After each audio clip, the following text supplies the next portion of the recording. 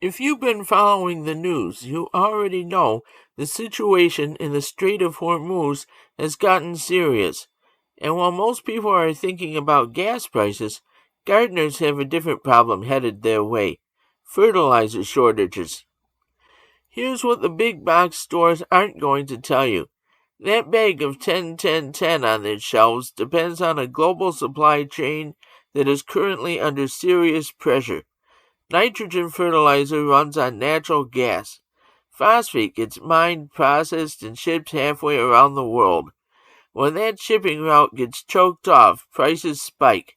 When they spike hard enough, shelves go empty. But here's the good news. Your soil doesn't know or care where its nutrients come from. Whether those phosphorus atoms came from a manufactured bag or from a piece of bone buried in your compost pile, your plants cannot tell the difference. Which means if you know the right natural sources for nitrogen, phosphorus, and potassium, you can fertilize your garden right through any shortage, any price spike, any supply chain meltdown, and your plants will never miss a beat.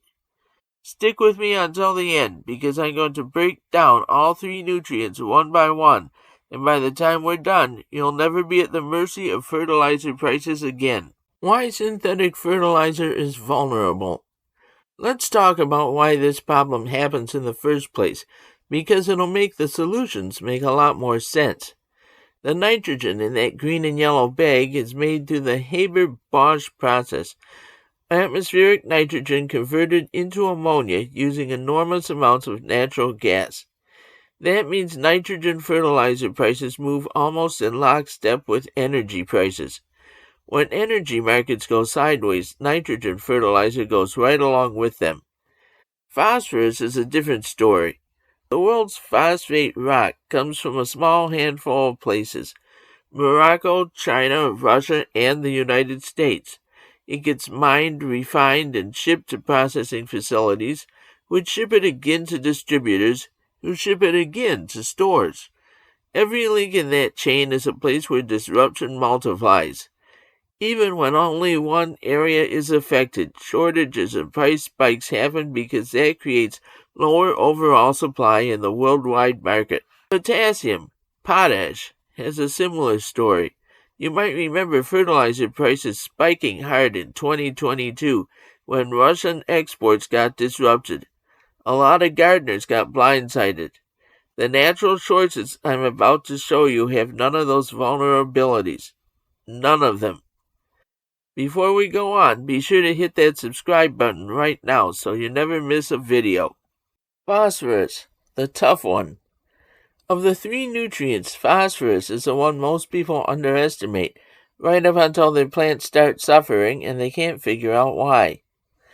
No phosphorus means your transplants never properly root in. It means your tomatoes and peppers will flower but won't set fruit. It means seedlings stay weak and spindly no matter what else you do right. It's the nutrient your plants need most in the early stages of life, and it's the toughest one to replace. So let's talk about how you do it. Bone meal is the workhorse. Runs 15 to 20% phosphorus depending on the brand. Releases slowly so you don't shock your plants, and it's broadly available right now, completely independent of international shipping. Work it into the soil at planting time. Mix it into your transplant holes, or broadcast it ahead of seeding. Side dress established plants by scratching it into the soil around them mid-season. One practical note: work it into the soil rather than sprinkling it on the surface. Left on top, it'll attract every raccoon and possum in a half-mile radius. Buried, it does exactly what you want with zero drama. Want to go further? Fish bone meal has even higher phosphorus than regular bone meal, plus it brings nitrogen along as a bonus.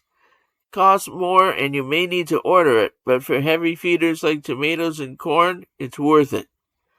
And composted manure, especially chicken manure, is naturally high in phosphorus, higher than most other manures. When it's properly composted, it's safe to apply any time. The composted part matters. Fresh chicken manure will burn everything it touches. Composted? feeds your garden and builds your soil at the same time. Bone meal, fish bone meal, composted chicken manure. None of these need a shipping route through the Persian Gulf. But phosphorus is actually the hardest of the three to replace, because the next nutrient, almost embarrassingly easy. Nitrogen. Easier than you think.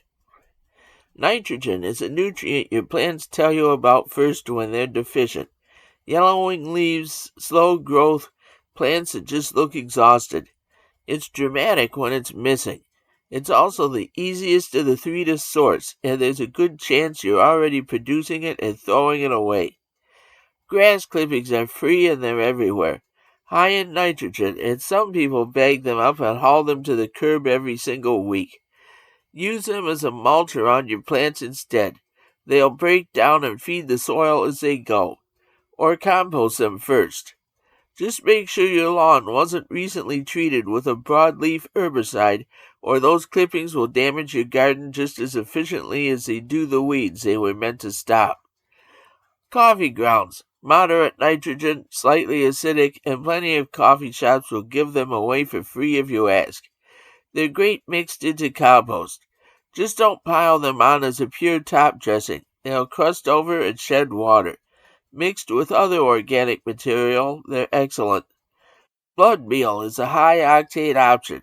Concentrated, fast-acting, delivers results you can see within days. Use it sparingly, work it into the soil, and don't overdo it. But if you need nitrogen to move fast, blood meal delivers. And it'll still be available long after the shelves run out of synthetic nitrogen because it comes from something that doesn't need a tanker ship to arrive. Compost is the foundation of this whole system. Slow-release nitrogen plus phosphorus plus potassium plus a soil biology that makes all of it available to your plants. This is where fertilizer independence actually starts. Everything else is a supplement. Compost is the base. Potassium. Potassium doesn't announce itself as loudly as nitrogen, but your plants need it for strong stems, disease resistance, and fruit development. The tricky part is that a deficiency can be subtle right up until it isn't. Wood ash is a classic move, and if you have a fireplace, a wood stove, or a fire pit, you're already producing potassium for free. It's genuinely high in it. The catch is that it also raises soil pH. Good if your soil is too acidic and needs correcting. A problem if you go too far. Use it light, test your soil after, and treat it as a precision tool rather than something you blanket across everything.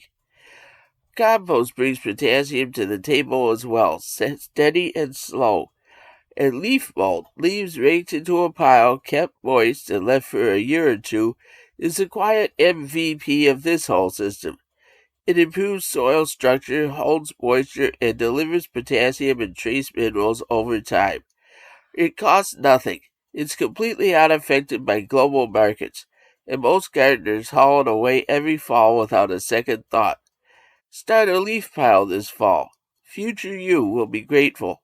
The real takeaway here is that fertilizer independence isn't some extreme off-grid move. It's just understanding that the nutrients your plants need have always existed in the natural world, long before anyone built a factory to synthesize them. Bone meal and compost manure for phosphorus, grass clippings, coffee grounds, and compost for nitrogen, wood ash and leaf mold for potassium. These sources existed before supply chains existed. They'll be here after. Build your soil around them, and fertilizer shortages become someone else's problem. That's all for now. Subscribe to see more.